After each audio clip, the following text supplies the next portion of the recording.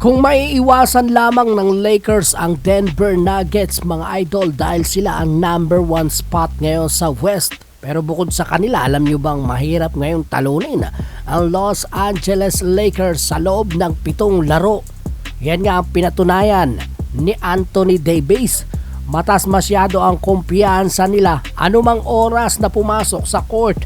Naniniwala sila sa kanilang mga sarili at kakayahan na manalo all the way sa playoffs. Papalapit na nga ang 2024 NBA playoffs at ang mga koponan ay naghihikaos na makapuesto at least sa top 10 spot bago pa matapos ang April 14 sa regular season. Pero ang top 6 lamang sa West ang siguradong papasok na sa playoffs dahil ang number 7, 8, 9 or 10 sa West man yan or sa East, silang lahat ay magpapabagsakan pa sa play-in tournament.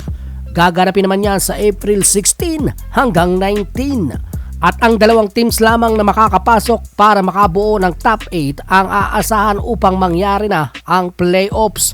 Mangyayari nga yan sa April 20. So may disadvantage agad mga kaboltok dahil galing sila sa play-in tournament at sasabak na agad sa playoffs. Wala nang pahinga yan.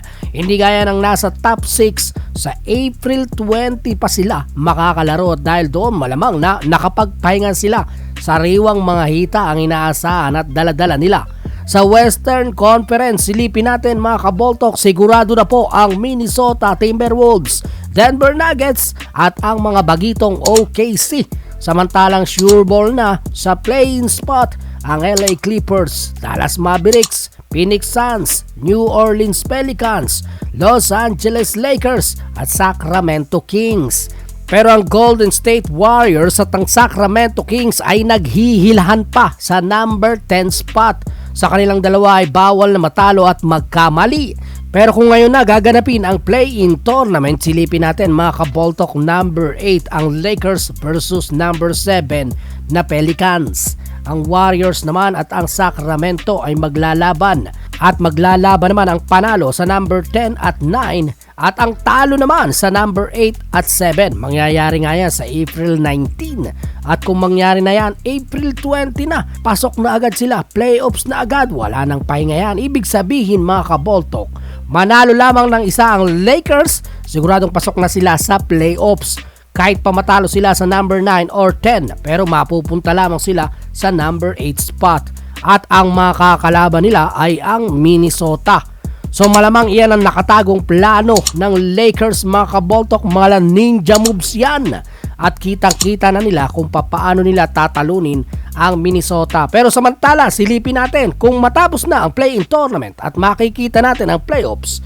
Ito na ngayon mga kaboltok, ang first round, number 1 na Timberwolves versus number 8, pagpalagay na ang Lakers. Number 2 naman ang Denver Nuggets. Number 7 naman sa Pelicans o kaya sa Lakers, ang sure ball na Thunder versus Phoenix. At ang Clippers, siyempre ang Mavericks. Sa aking palagay mga kabolto, kung talagang matalino ang Lakers, malamang iiwasan talaga nila ang Denver. Dahil aminin man natin o hindi, mahirap kalaban ang Denver. Makikita natin to sa record nila mga kaboltok sa huling 3 laban nila ngayong season. Hindi po lumusot ang Lakers sa Denver. Palagi silang natatalo diyan. Sa katunayan, 4 na sunod-sunod na talo na ang Lakers sa Denver. Samantalang sa Minnesota, talagang dikit lagi ang laban. Nanalo pa ng isa ang Lakers ngayong season. Kaya kung maiiwasan lamang ng Lakers ang Denver, walang makakatalo sa Lakers sa loob ng 7 laban. Pero bago nila isipin ang playoffs, dapat pumasok muna sa top 6 o kaya ipanalo ang play-in tournament. Yon mga idol, anong masasabi mo sa video natin for today? Mag-comment ka na lamang sa ibaba at huwag mong kalilimutang mag-subscribe kung bago ka pa lamang. Bisitahin mo din ang ating Facebook page. Basketball talk, ipapakita ang mga laro, mga tunay na pambato sa court. Dito ay pabilis, hindi ka pwede pa-short. Papakita ang bakbakan sa loob ng court. Pagalingan ng dating, bawat puto sa ring. Basketball ang labanan at wala kang kasing. Basta basketball ang usapan na kay dyan ang tingin. Dito lang yan sa basketball talk. Basketball talk, puso sa puso, laban ang pagalingan dito. Pabilisan at diskarte Yan ang